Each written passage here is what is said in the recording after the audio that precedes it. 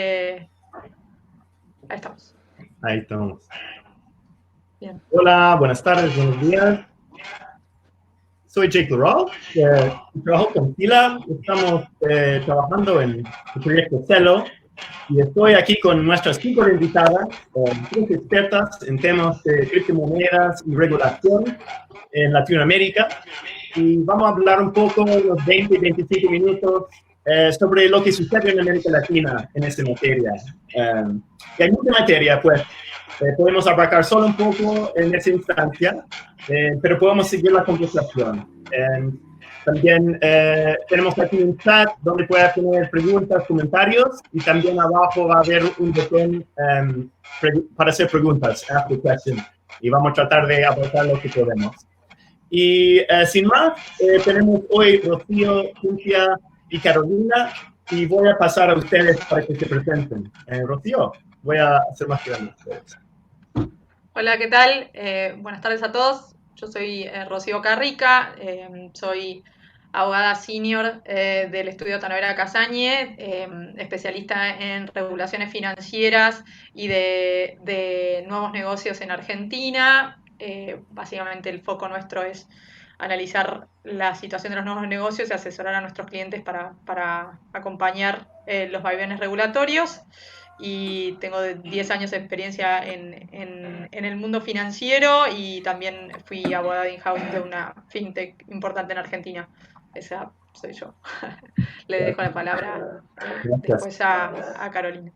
Parece que se va. No, Carolina, pues vamos a Cintia, no sé si Carolina reconecta.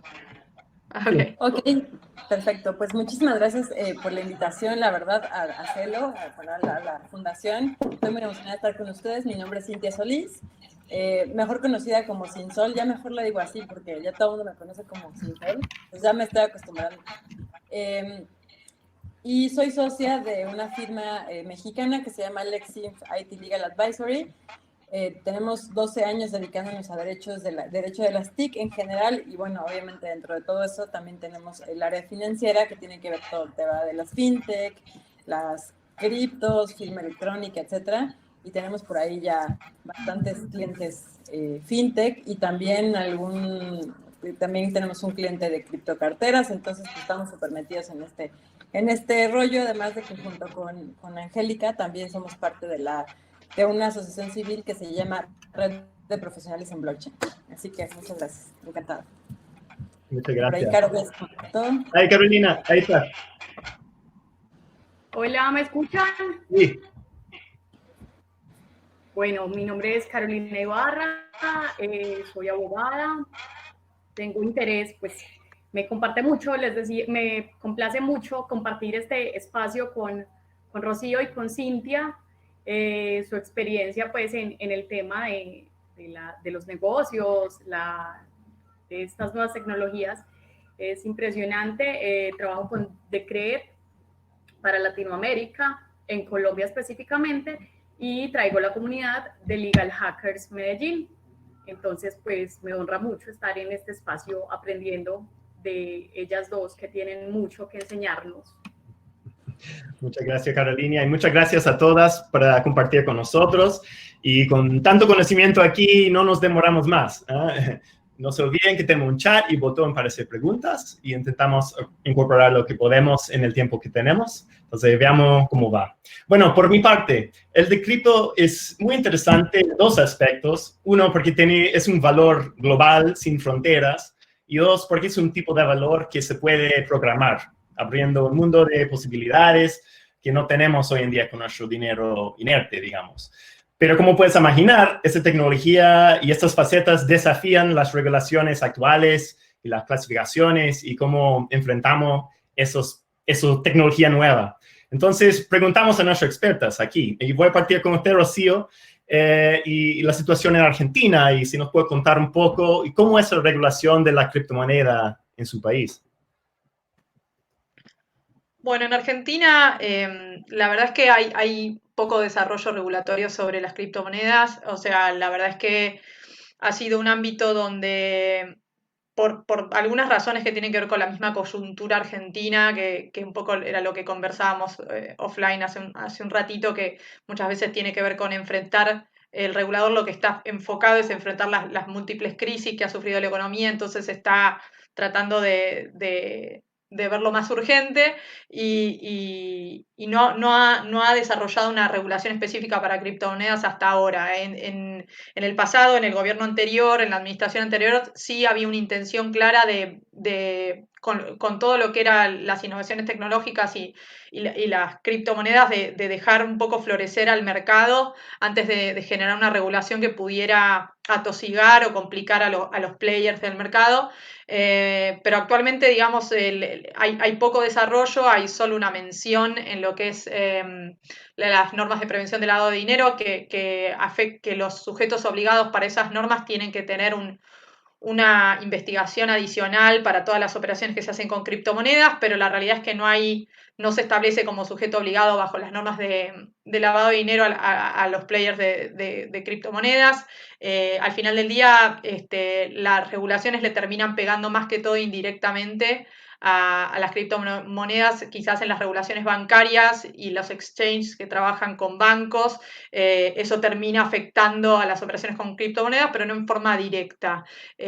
Tanto la Comisión Nacional de Valores como el Banco Central argentinos están revisando el tema y han generado mesas de discusión sobre el asunto, pero por ahora no se ha acordado en una regulación y de hecho el regulador mismo no está empapado del conocimiento de este tipo de tecnologías como debería a los fines de regular, con lo cual en principio todavía hay mucho por hacer regulatorio.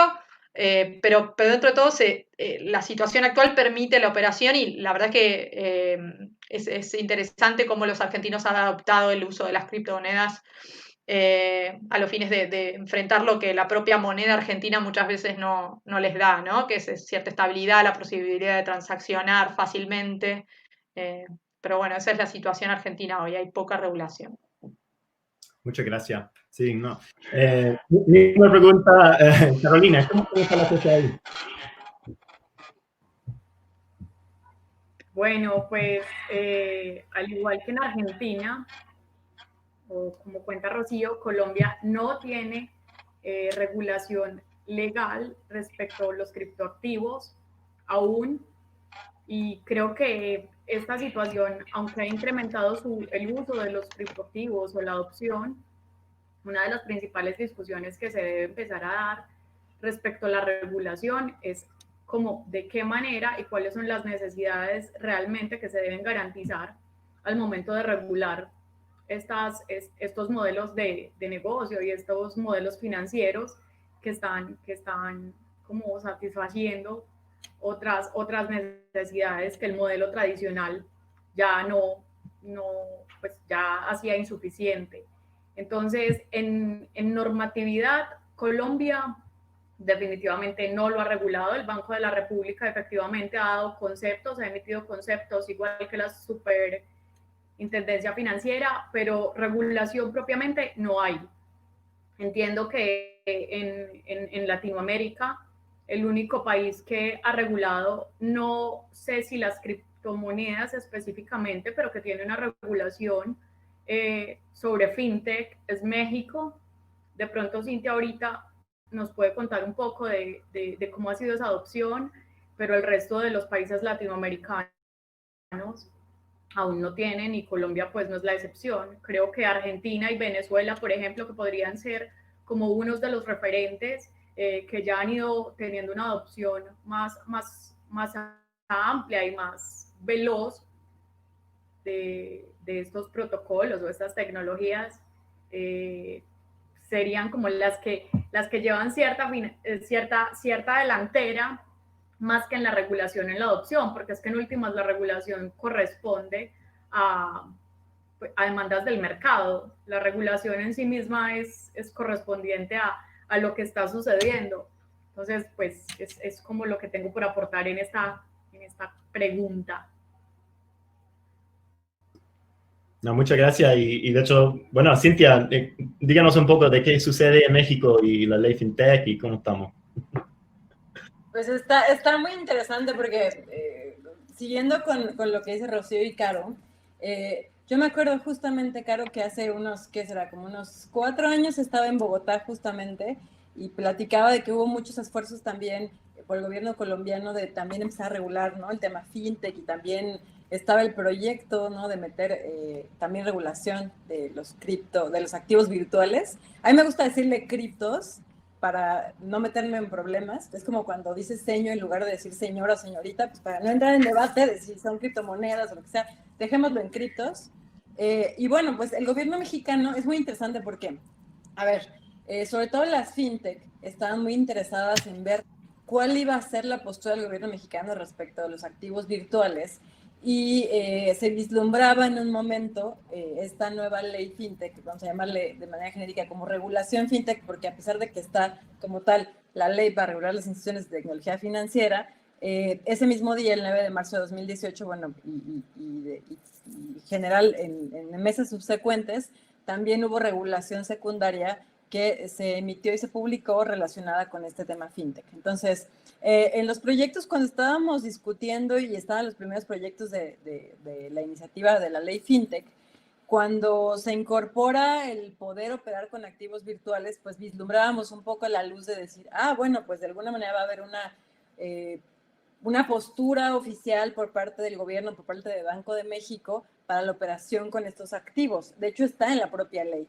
Sin embargo, después resulta que Banco de México, en su circular 4 del 2019, prácticamente cortó las alas y rompió las ilusiones de muchas empresas que justamente estaban operando con estos criptos, porque lo que dice es, bueno, para lo que son específicamente las instituciones, tanto las fintech como las instituciones de crédito, únicamente y bajo autorización previa, se va a permitir que utilicen estos activos virtuales para operaciones internas. O sea, básicamente les rompen el esquema de negocio porque pues no pueden hacer negocios con clientes externos. O sea, cada cliente no les pueden estar ofreciendo.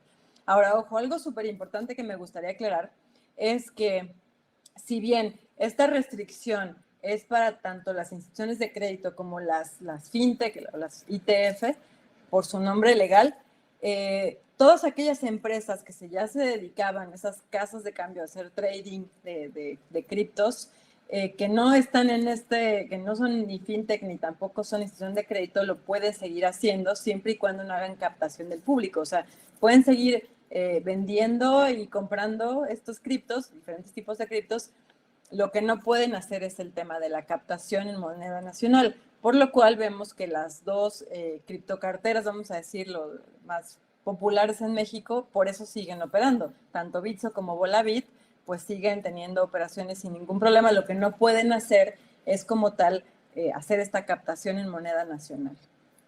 Y eso, digamos, obedece pues a un principio que tenemos, un principio general del derecho, que es el tema de la libertad. Todo aquello, o sea, para los particulares, todo aquello que no esté expresamente prohibido está permitido. Y como no hay una prohibición por parte de la autoridad respecto del comprar, vender y a transaccionar para los particulares con estas criptos, pues al día de hoy es factible hacerlo siempre y cuando no seas ni una institución de crédito ni una ITF.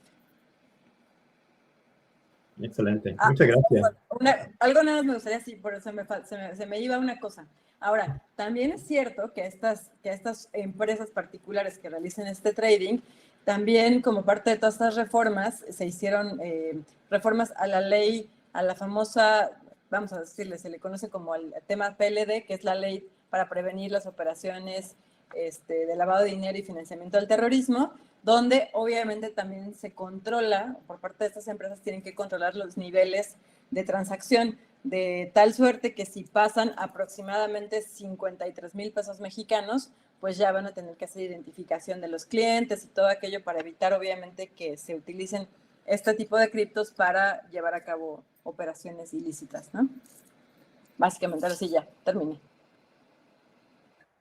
No, excelente. Y eso, con ese en mente, viendo ese ley fintech y todo lo que ha traído, regresando a Rocío, estamos viendo cuáles son los grandes obstáculos para temas regulatorios en su país y teniendo en mente el expediente de México que acaban de escuchar.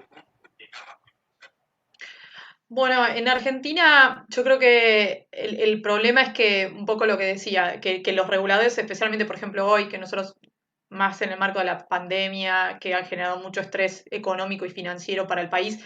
Argentina también tiene un problema de deuda soberana muy importante y tiene un problema de divisas, digamos, tiene un problema de restricciones externas, no tiene acceso a las divisas, con lo cual los focos regulatorios están puestos en que no salga moneda extranjera de Argentina y que la moneda extranjera argentina que cobran argentinos en el exterior ingrese al país. Y ese es como el foco fundamental. Entonces, es muy difícil que el regulador ajuste y, de hecho, sí, está mirando al mundo de las criptomonedas, pero siempre en relación a esa restricción externa que tiene. Por ejemplo, en el día de ayer, una de las exchanges que ofrecía a los argentinos la posibilidad de pasar, por ejemplo, que un argentino compre una criptomoneda contra peso argentino y después venderla contra dólares, que era quizás lo que hacían muchos argentinos para salir del peso, que es un poco... esa operación salieron a decir que no la van a hacer más por presiones que le hacen los bancos que operan con esos exchanges y que a su vez reciben los bancos de los reguladores argentinos. Entonces, el regulador argentino tiene como un foco actual que no es la regulación, por ejemplo, de las criptomonedas. Y la realidad es que sería peligroso en este punto, a mi criterio personal esto, que el regulador argentino se pusiera a regular porque tiene poco conocimiento del mercado.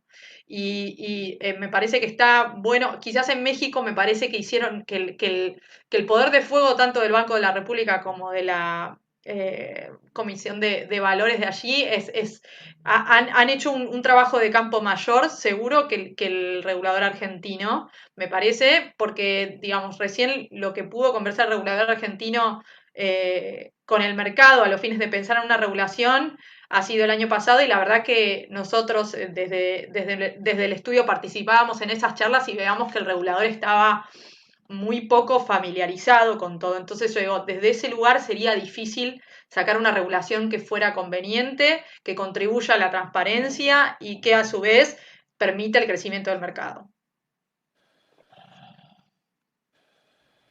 Gracias, Rocío. Y Carolina, ¿cómo lo ve en Colombia? ¿Hace falta regulación, estructuras? ¿Cómo es?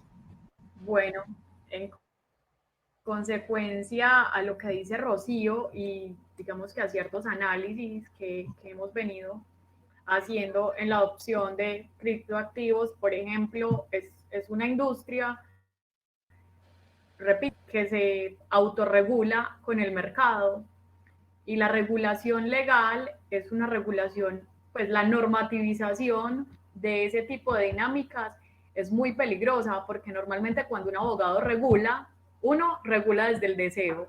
Entonces, digamos que la industria legal pocas veces se ocupa de hacer análisis de impacto en sus procesos regulatorios serios, ¿cierto?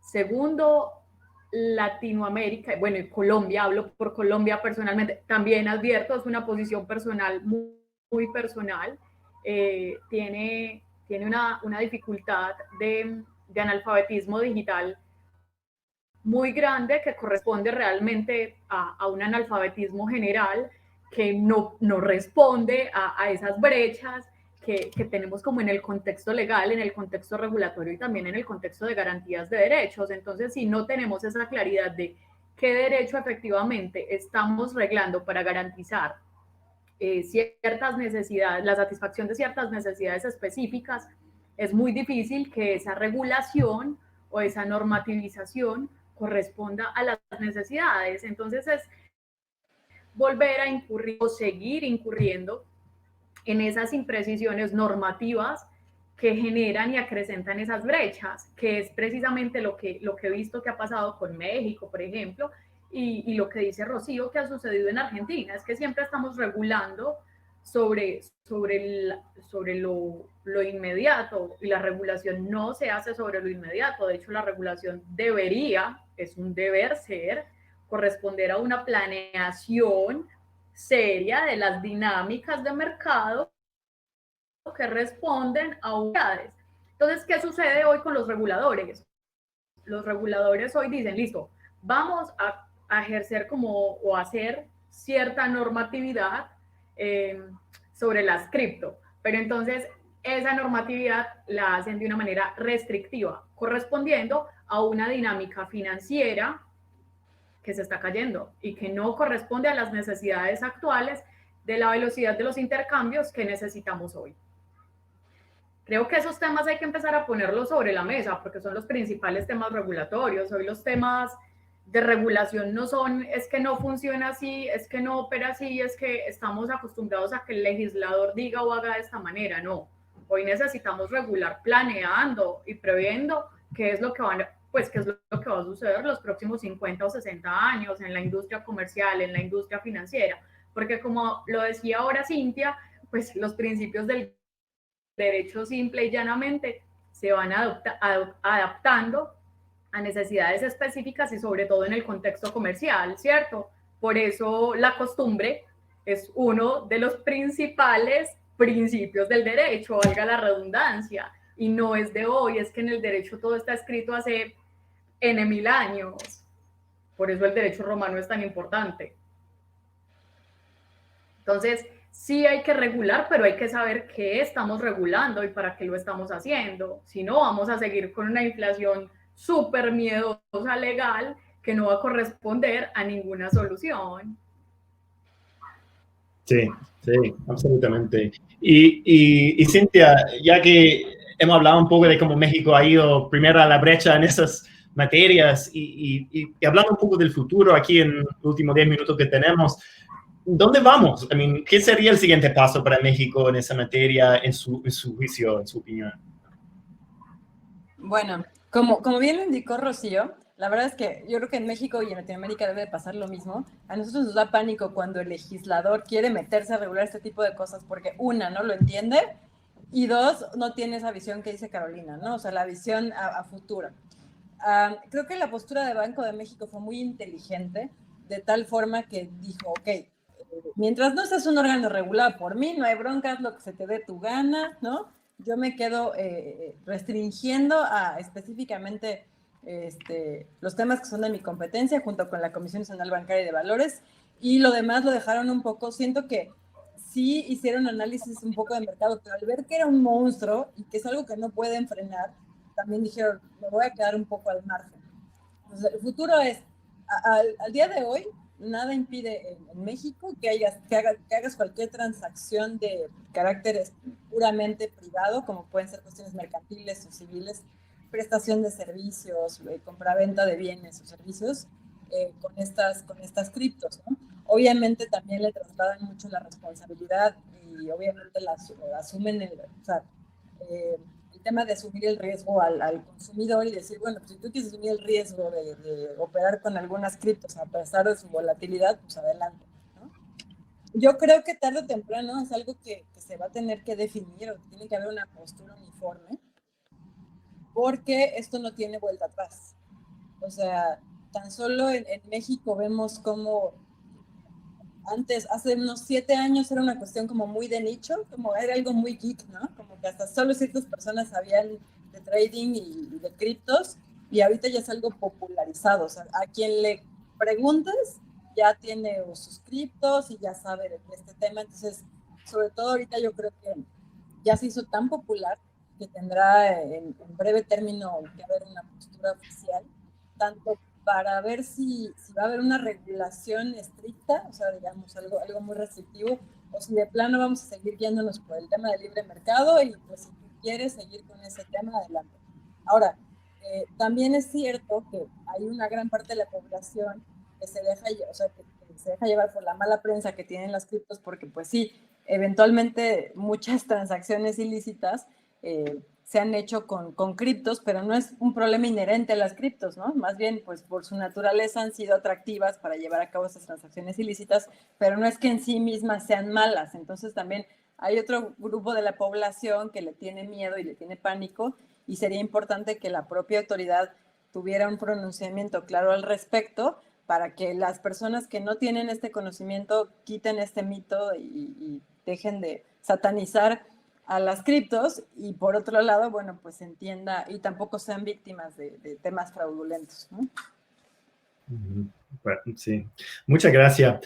Sí, yo creo que sacando un tema de la conversación hoy día, el tema de la educación al regulador ha sido bastante fuerte y voy a proponer una pregunta que no hemos hablado antes, disculpa, pero en los últimos 5 minutos, si tienen la oportunidad de explicar un parte de esa tecnología nueva al regulador relevante pertinente en su país, ¿qué sería la parte de esa tecnología que encantaría explicar, que quiere que esos reguladores entienden? Por mi parte, mientras piensan en su respuesta, por mi parte, muy interesante el tema de la transparencia de las transacciones y cómo ese abre muchas herramientas para seguir fondos y hacer un tipo de regulación innovadora. Entonces, para mí, si yo tenía 5 minutos para explicar al regulador relevante aquí, sería en esos términos. Entonces, en su juicio, ¿qué sería esa cosa innovadora de esa tecnología que le encantaría explicar al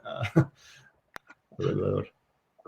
Sí, a ver, yo creo que por mi lado, digamos, iría por el mismo lado que vos planteás, digamos, creo que hay algo de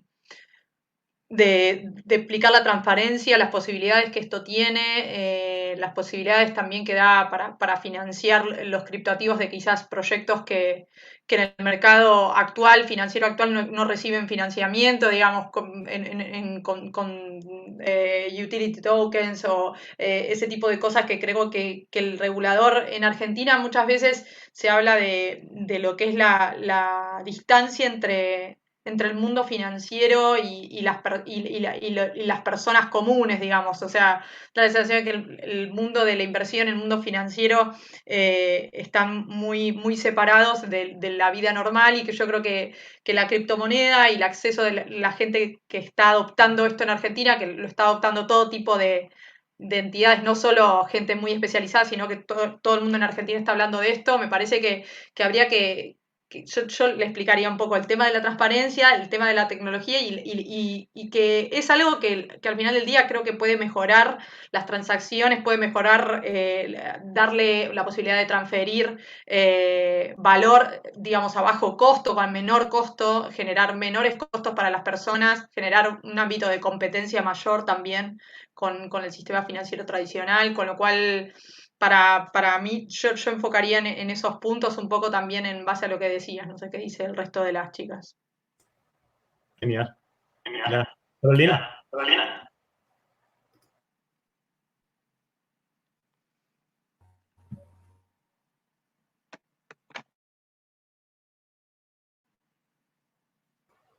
Estás en mudo. Creo que estás en mute, Carolina.